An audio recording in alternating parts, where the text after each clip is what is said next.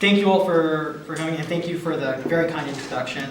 So this is going to be a relatively short presentation. I want to give some time for questions, but I just wanted to try to give an overview of what diabetic retinopathy is for patients and any family members that might be in the audience.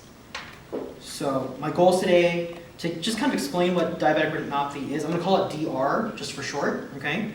How diabetes damages the retina, discussing ways to control and prevent vision loss from diabetes, and then what treatments that are available for diabetic retinopathy, and kind of maybe dispel some misnomers or any kind of questions you might have.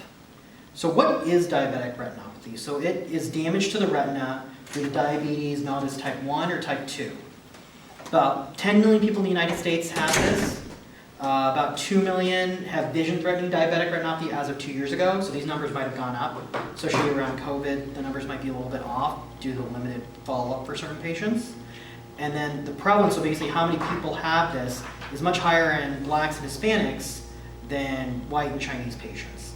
And that can be for a myriad of factors: insurance, inability to see the doctor, any health issues, and what have you.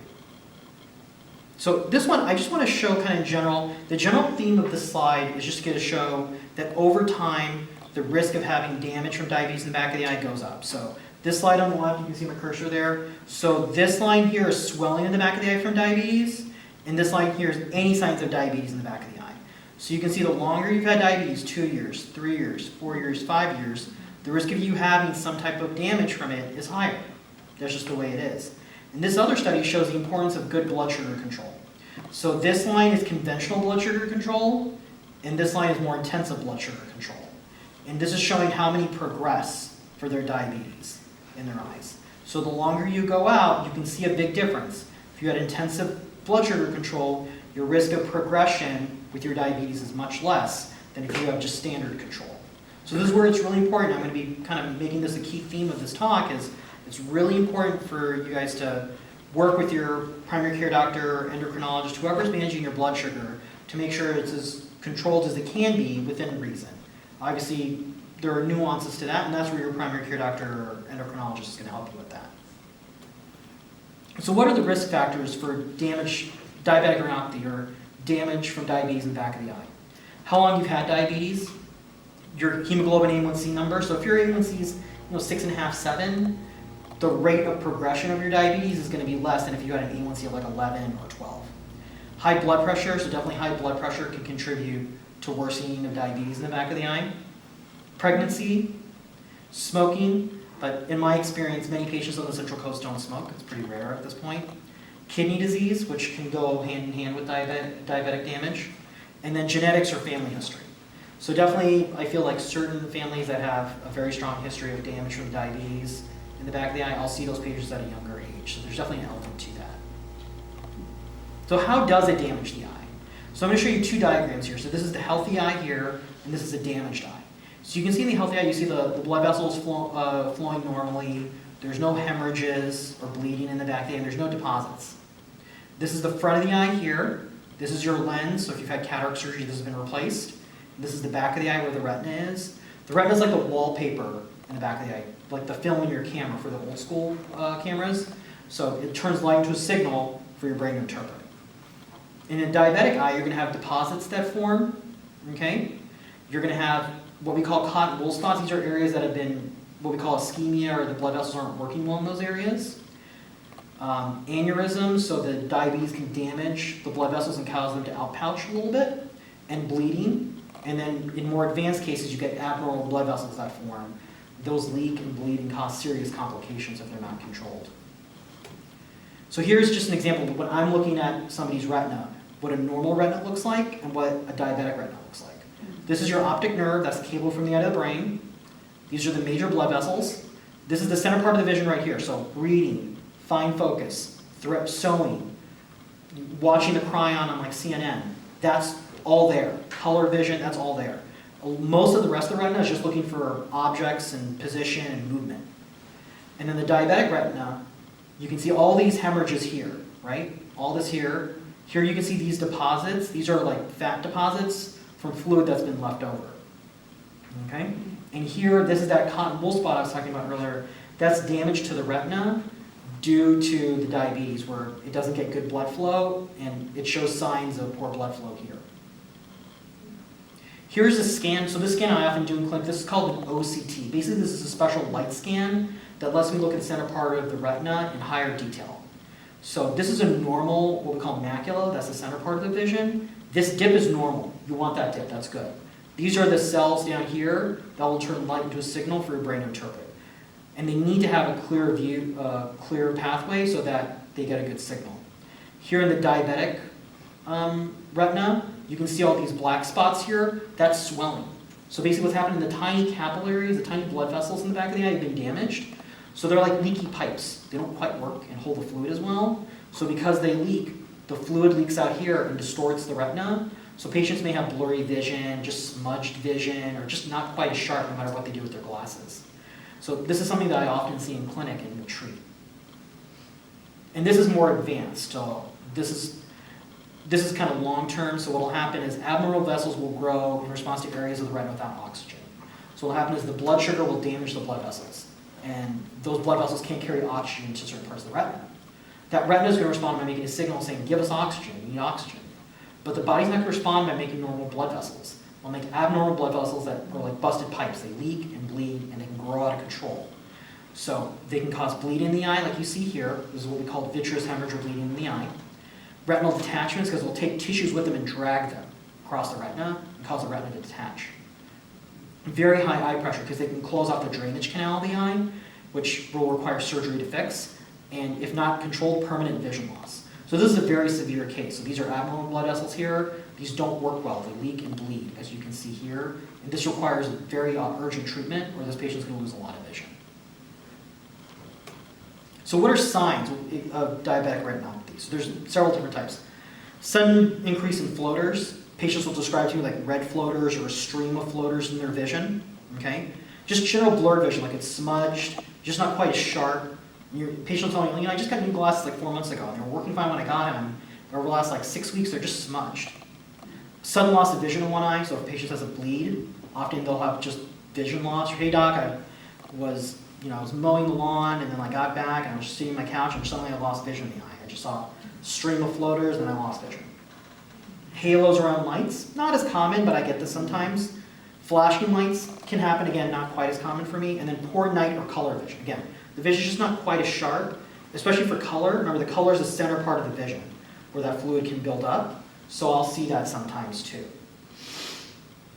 And how do we treat it? So I think the most important thing is prevention. Prevention is key.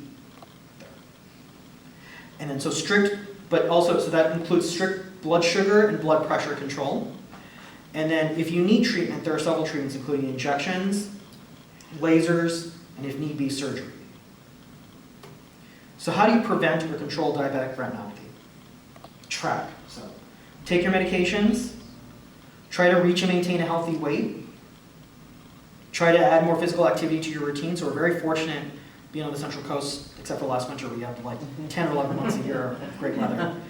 And then control the A1C. So A1C, blood pressure, and cholesterol. And then, again, not many people smoke in the area, but still, if you are smoking even occasionally, I would really try to stop. More than you realize. Yeah, that's true. That's a fair point. I think maybe I just don't see as many in my clinic, or they just don't care to admit it. But it is really important to quit smoking if you're still smoking. And then, I think this point I really want to take on, take control of your health. And I think just by coming here, you all have shown that you're really working hard to take control of your health. It's your body, and you do have a lot of power to improve your sugar and improve your diabetes in the back of the eye. I mean, it's not all the time, but I've definitely seen cases where patients told me, I had an A1C of 9, I got on insulin, I changed my diet, I got my A1C back to 7.5, 7.2, and their swelling back that really improved, sometimes even goes away completely. So it's not always, but I can definitely see improvements in certain patients. And if anything, even if I don't see that, they're more responsive to treatment, at least in my experience. So I got this from the CDC. So, some things you want to think about when you're visiting your doctor. You want to take charge of your health, especially when you're visiting your primary care doctor or your endocrinologist. Ask some of these questions like, what's your target blood sugar range or A1C range? How often should you check your sugar? What do these numbers mean? Kind of what does the A1C mean in terms of the grand picture of my health? Are there any patterns or numbers that are showing that I need to change what I'm doing? And then, again, yeah, what changes need to be made to my plan? So really take charge, because I think the primary care doctor or the endocrinologist is definitely going to help you. But I think by really being proactive, this is going to help them to really tailor, like, then they'll start a conversation and see what works best for you, and hopefully get a better treatment to help keep your blood sugars under control and maintain them long term. Because it's really, day 1 to day 2, diabetes is not going to cause a lot of damage in the back of the eye. It's year after year after year. It's just that slow, progressive damage. And that's why I really see that big separation between good control and bad control causing more damage as the years go by. Day by day, if you have like an ice cream once, it's not life-ending, but over time, if you keep that habit going, then it can cause significant issues. So just to go about the treatments, just so I can dispel some misnomers and answer any of your questions. So there are injections for diabetes in the back of the eye and for the swelling. These injections, what they do is they tighten the blood vessels so they don't leak as much, and then they induce shrinkage of the abnormal blood vessels when they grow out of control. So there are millions that are performed annually. I think this is one of the most common procedures billed to Medicare every year. So 7 million are performed annually, and I think that's just in the United States. The risk of infection is very low, about 1 in 2,000, maybe 1 to 3,000, okay? It's a quick in-office procedure from numbing to out the door, maybe 15 minutes.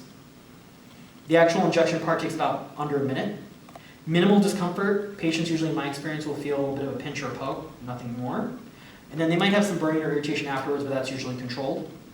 And then really the only limitations after the injection, no immersing the eye in water for a day, and that's about it.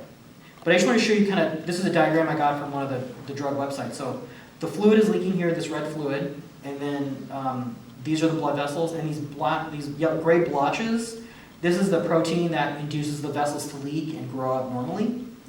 And what the drug does is it blocks these signals, this protein from binding and causing the signal to leak the fluid or cause the blood vessels to grow.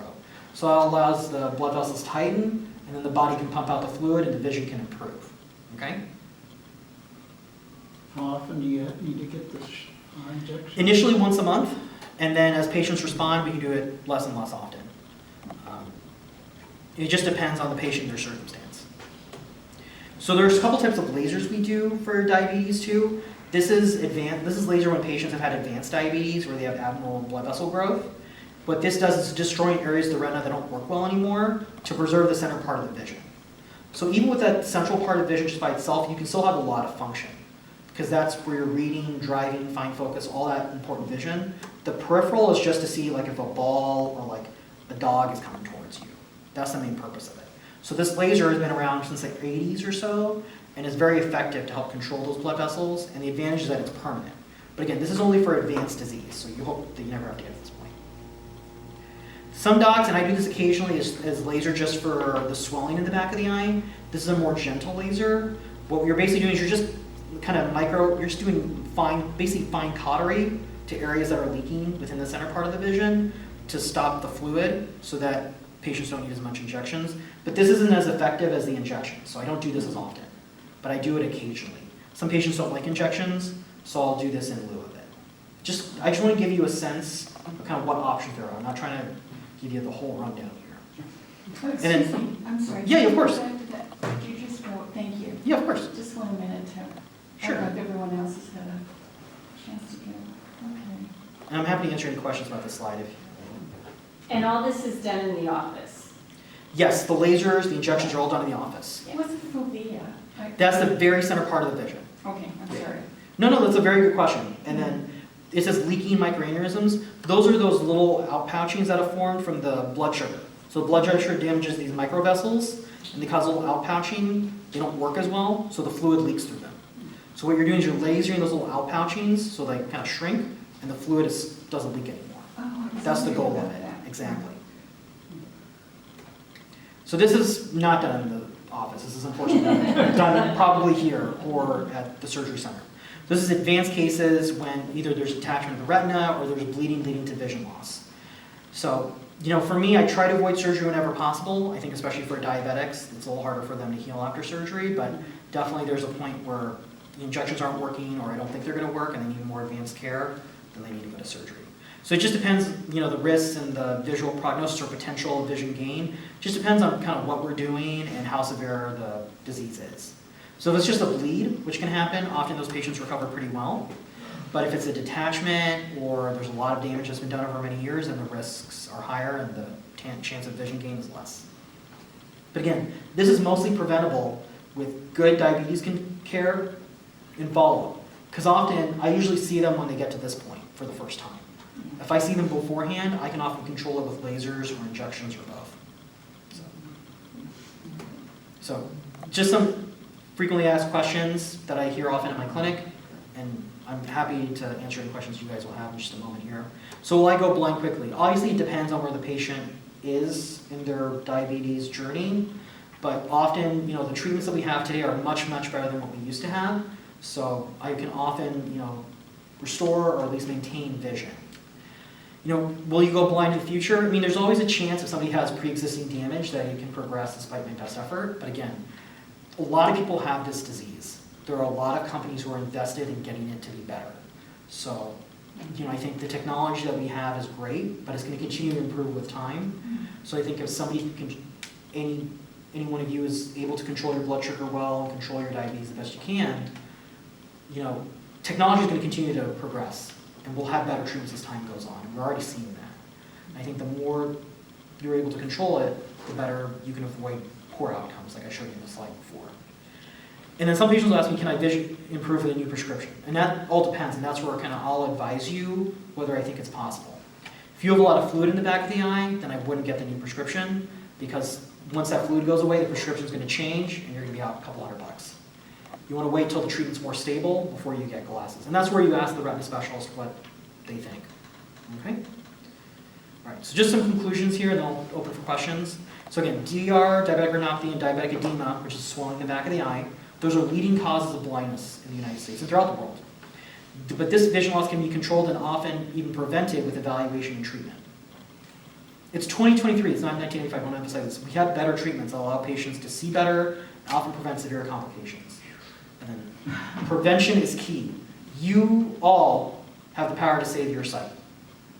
And I think just with regular follow-up and good blood sugar control, you can really do a lot. All right, and thank you, Angela, for your help in organizing this and your kind invitation. And Susan, again, thank you again for your help with the logistics and everything. I really do appreciate it.